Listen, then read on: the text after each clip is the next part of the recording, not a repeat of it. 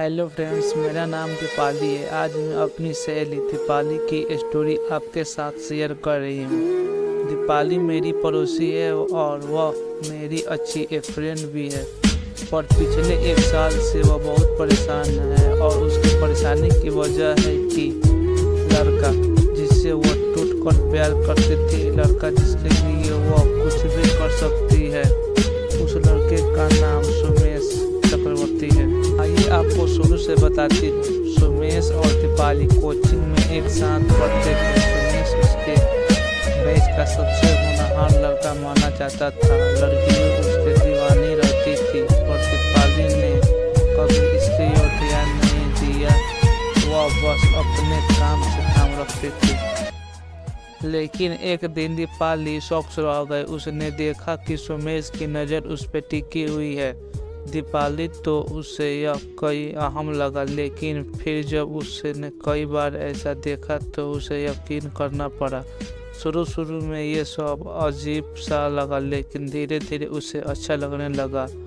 उस दिन से दीपाली की जिंदगी बदल गई। वह अपने आप पर पहले से ज़्यादा ध्यान देने लगी, हमेशा सच संवर कर रहने लगे। एक दिन की बात है, दीपाली कोचिंग से अपने घर लौट रही थी। तभी पीछे से सुमेश आ गया और उसने अपनी बाइक दीपाली के पास लाकर रोक दी और बोला, आओ दीपाली, तुम्हें घर छोड़ दो। दीपाली उसे मना नहीं कर पाई और वह बाइक पर पीछे बैठ गई। सुमेश ने बाइक को पहले गियर में डाली और धीरे धीरे बोला, दीपाली, मैं तुमसे कुछ बात करना चाहता हूँ। क्या? दीपाली ने लजरते ओठों से पूछा। ऐसा नहीं, आओ किसी रेस्टोरेंट में बैठते हैं।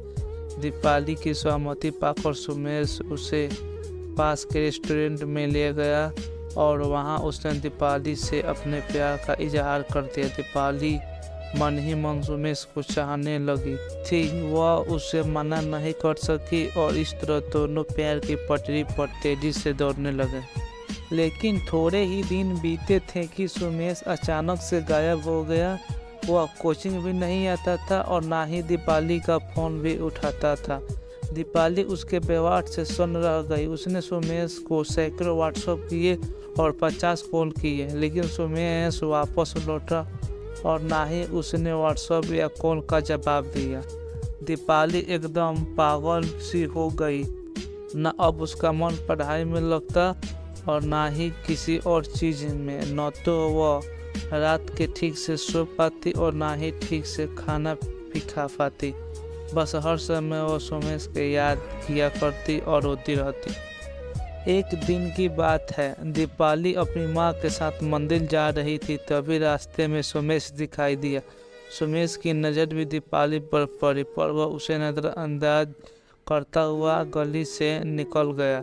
दीपाली का मन हुआ कि वह भाग कर जाए और उसे सुमेश को पकड़कर झकझोर दे, पर माँ की वजह से वह वहाँ से नहीं जा पाई। पूजा से लौटने के बाद दीपाली के शाम को मोबाइल रिचार्ज कराने को कहने के बहाने वह उसी गली में जा पहुँची जहाँ सुमेश गया था। सहयोग से सुमेश सामने से आता हुआ मिल गया और दीपावली को देखकर वह दंग हो गया। वह उसे लेकर एक दोस्त के मकान में चला गया और वहां माफ़ी मांगने लगा। दीपाली ने उसकी बात पर यकीन कर लिया और इस तरह दीपावली की ज़िंदगी में फिर से बाहर आ गई। लेकिन अभी ज़्यादा दिन नहीं बीते थे कि सुमेश एक बार फिर से गायब हो गया। इस बार उसका फ़ोन ऑफ जा रहा था और उसके माँ बाप भी मंदिर के पास वाले मकान खाली कर जा चुके थे। इस बार दीपाली बुरी तरह टूट गई। उसने सभी से मिलना जुलना बंद कर दिया और दिन भर अकेली पड़ी रोती रहती। मुझे दीपाली की हालत देखी नहीं गई। मैंने सुमेश के बारे में पता करने का निश्चय किया। मैंने काफ़ी दौड़ भाग की और अंत में मुझे इस काम में कामयाबी भी मिल गई। पर सुमेश के बारे में जो कुछ पता चला उसे सुनकर मैं सन्न रह गई। दरअसल सुमेश किसी अपराधी गिरोह से जुड़ा हुआ था और उसने दीपाली को जानबूझकर अंधेरे में रखा हुआ था। मुझे यह भी पता चला कि दीपाली की तरह ही सुमेश ने कई लड़कियों से संबंध थे और वह उसे सिर्फ टाइम पास के जरिए माना करता था। मैं कई बार सोचूं कि दीपाली को यह बात बता दूं, पर हर बार एक अनजाने से डर ने मुझे रोक लिया। क्या पता इस सच को दीपाली बर्दाश्त ना कर पाए और कोई ऐसा कदम उठा ले जिससे मुझे जिंदगी भर पछताना पड़े। फ्रेंड्स, मैं दीपाली से तो सच नहीं बता पाई, पर आपसे कह रही हूँ, अगर आप अपने आसपास देखें तो आपको तमाम ऐसी दीपावली मिल जाएगी जो बिना कुछ सोचे समझे लड़कों की बातें पर यकीन कर लेती है और फिर भी अपनी ज़िंदगी बर्बाद कर लेती है।